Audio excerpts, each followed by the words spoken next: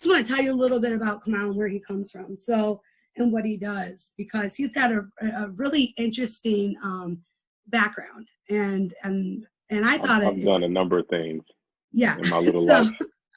a lot of things, a lot of really cool things. So, and it's weird because I ran into him. Not that anyone cares, but I'm a huge LL Cool J fan. And I went to the concert. There was Kamal playing at the concert. I'm like, what the world? Anyways, so Kamal, he's a father of 3 and a devoted family man. He taught middle school and high school history and social studies in the Metro Detroit area, and he worked with families to improve parenting and social skills.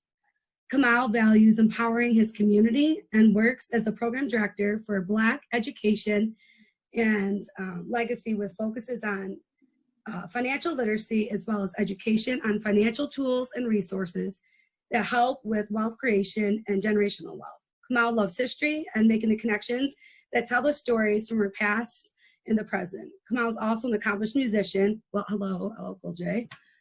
He's performed across the US and around the world with aspiring and established artists. And so thank you once again, Kamal. I know I've said a mouthful already, but I really want to thank you for doing this and telling your story, because so much is happening in our world today. And Yeah. So, well, I appreciate you for thinking of me. I'll start out by saying I am in by no means a professional historian. I just love history. I love the connections that we can make that tell the story. Just like you mentioned in my bio, we tell a story, and unfortunately or fortunately, history always repeats itself, and we can either learn the lessons or we can get smacked upside the head every time that we don't learn a lesson. And so I'm excited to be here just to share my experiences in terms of what I know and what I've learned. So, yeah. Yeah, well, thank you. I'm excited to have you here. Well, can we start a little bit from the beginning and what took you on this journey? And where did your education begin? Did it begin at home? Did it begin in college? Did it begin from friends? Where did your journey begin? And for those that are listening, how do they begin their journey? How do they get those answers? How do they begin to study and to learn more? Just be educated. I should start by saying, there's no right or wrong in history. There's fact and opinion and truth and false. So where you start, there's nothing wrong with how you start. What's wrong is the history what you know of history, allowing that to be the only thing you know. And so anytime you're talking about history, there are multiple facets, multiple ways to view a particular event.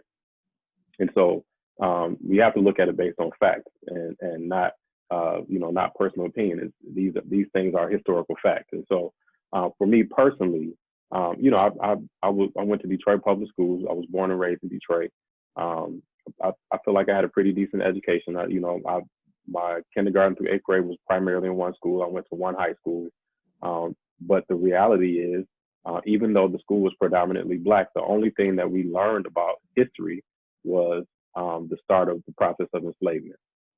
Typically, our history started with Black people being enslaved and how we were freed by the Emancipation Proclamation, and then we fought against oppression and discrimination in the Civil Rights Movement, and Martin Luther King was killed, and Black people are here today. And that's pretty much the extent of what we learn about history. Oh, and Black History Month. I can't forget about Black History Month. And you learn. And that came later. And that came later too. Yeah. And you're right.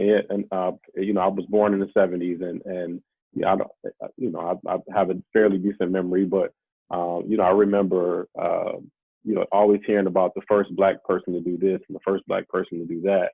And you psychologically you start to value who you are, and I think everybody does this. You value who you are based on your experiences and things that you learn. So here I am as a young Black boy. The only people that I see who are successful who have been successful are the people that have been the first to do, the first to integrate a white school system, the first to, to be hired in a all white law firm or something of that nature. So, but you don't. So let me kind of forward the answer to your question. I didn't really start to learn. I had a high school teacher. His name was Mr. Lynch, and I didn't really like him. He was abrasive. He was kind of rude, but he always talked about Malcolm X. Always talked about Malcolm X. Posters on the wall. Pretty much any quote he can say, there was something about Malcolm X. And at the same time, this was late 80s, early 90s. At the same time, I was a huge hip hop fan. And the artists that I listened to in hip hop were conscious artists like Public Enemy, X Clan, artists like that. And then in the early 90s, groups like Brand Nubians.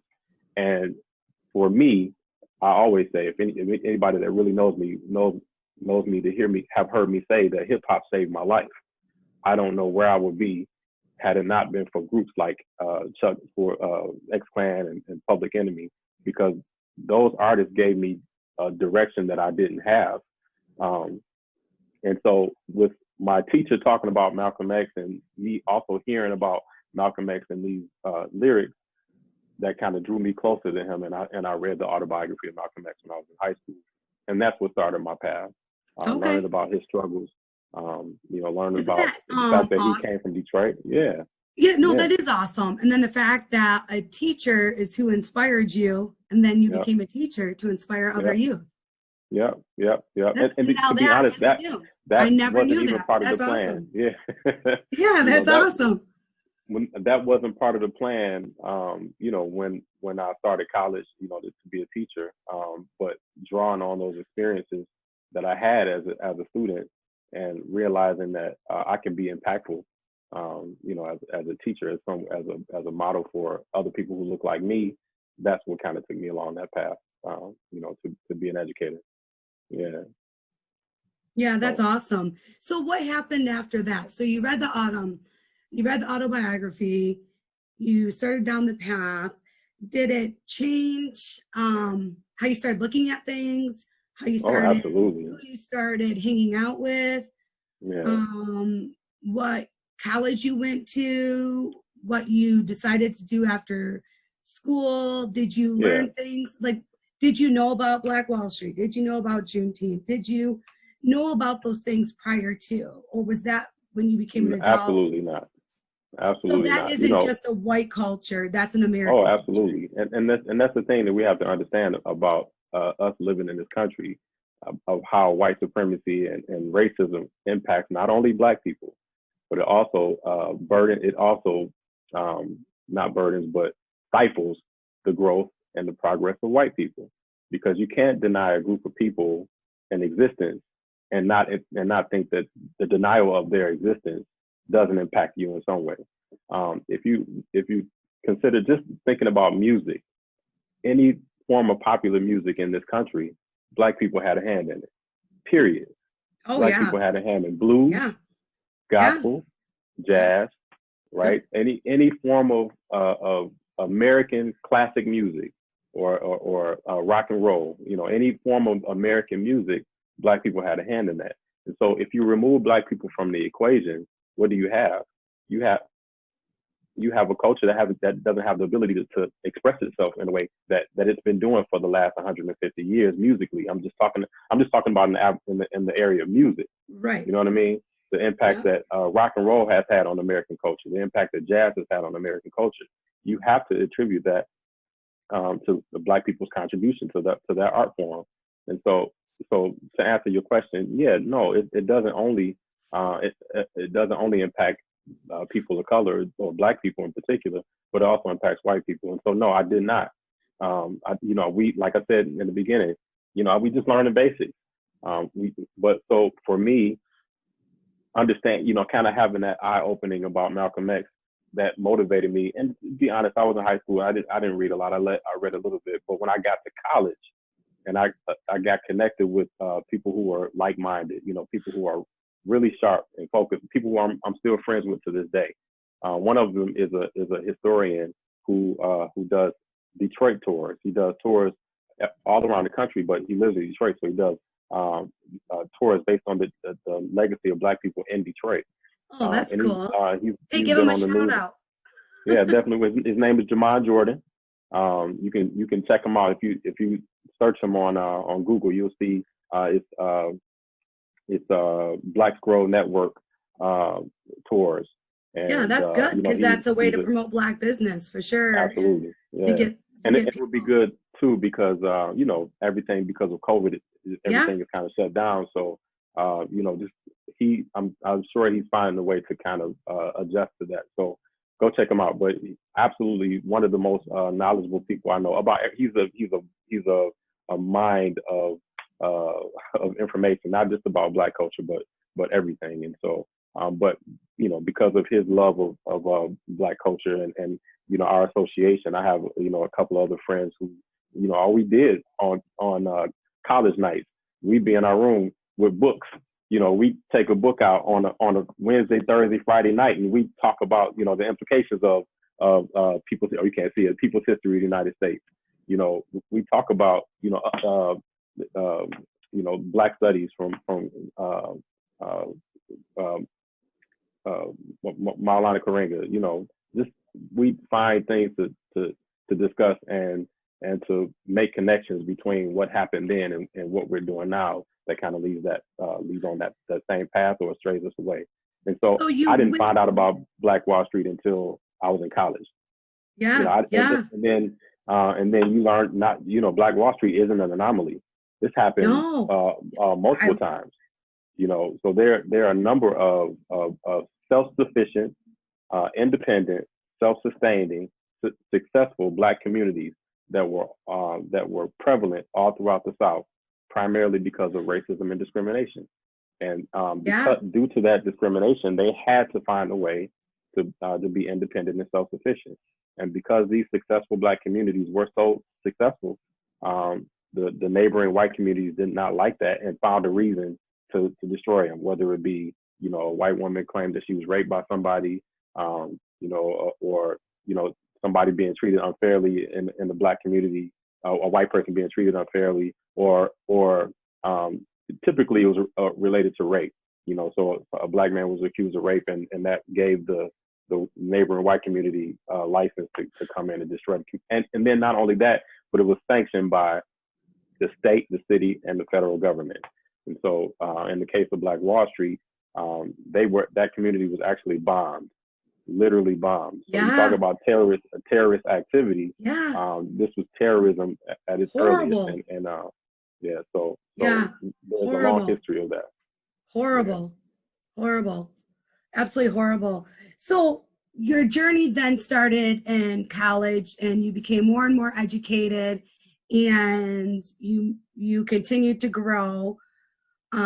When did you make the decision to break away from American man traditions of changing of the name and the reasoning behind that?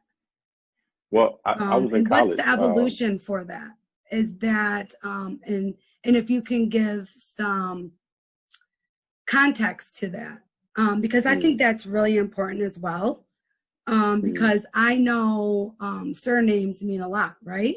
Absolutely. And so I also know a little bit of education that I've had people tell me is I want to change my name because my surname was associated with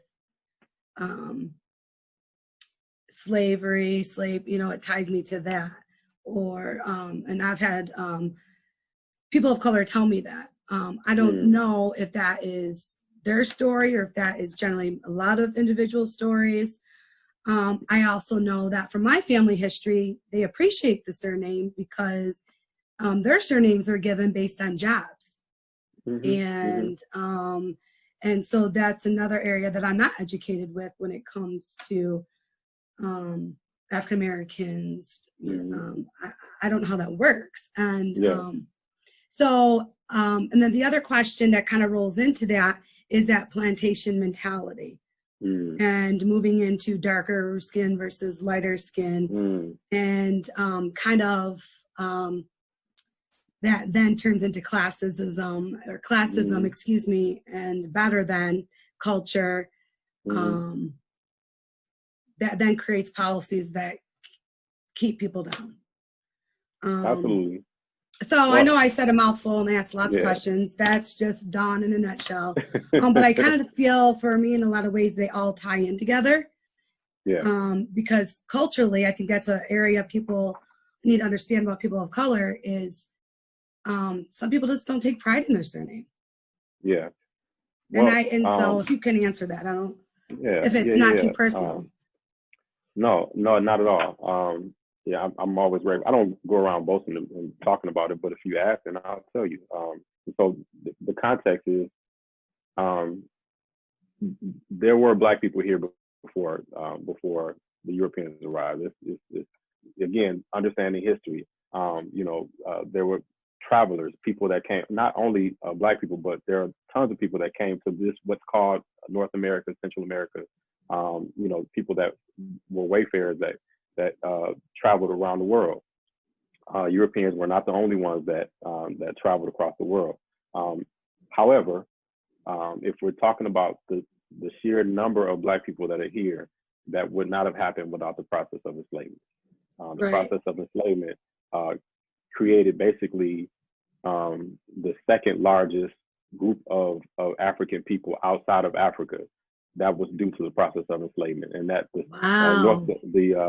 Western Hemisphere has a second largest group of diasporan Africans outside of Africa, and that is primarily due to the process of enslavement. And so you're talking literally centuries, starting as early as the late 1400s or the mid 1400s with the Portuguese, that brought some of the first Africans from the western coast of Africa into what's now Brazil and some of those other South American countries, to Spain, who brought Africans to the Caribbean islands and Central America, and even a little into the Florida Panhandle and what's now Texas and California.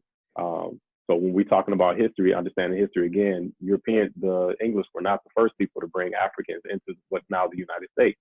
Or Central America. It was the Spanish that brought Africans into what's now considered America. And just so you know, I'm sure you know, but for that I did not know that. I did not know that, and I also didn't know that.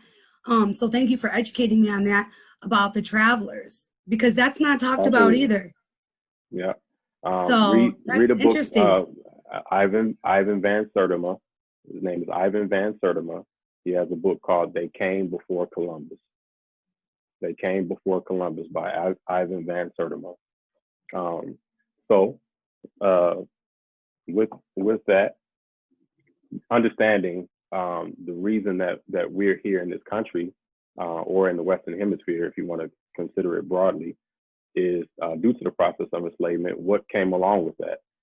With that process of enslavement, it meant stripping a whole group of people away from everything that they knew, meaning that they were torn away from their families, they were torn away from their culture, their religious or spiritual belief systems, their language, which is the primary indicator of any culture, is your tie to the language that you speak.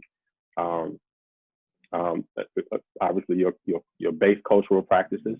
All of those things were stripped away. And not only that, your humanity and your name. So the idea that you can name yourself was even stripped away. And so Malcolm X always talked about, in Africa, you don't find people with last names like Anderson or Davis or Johnson.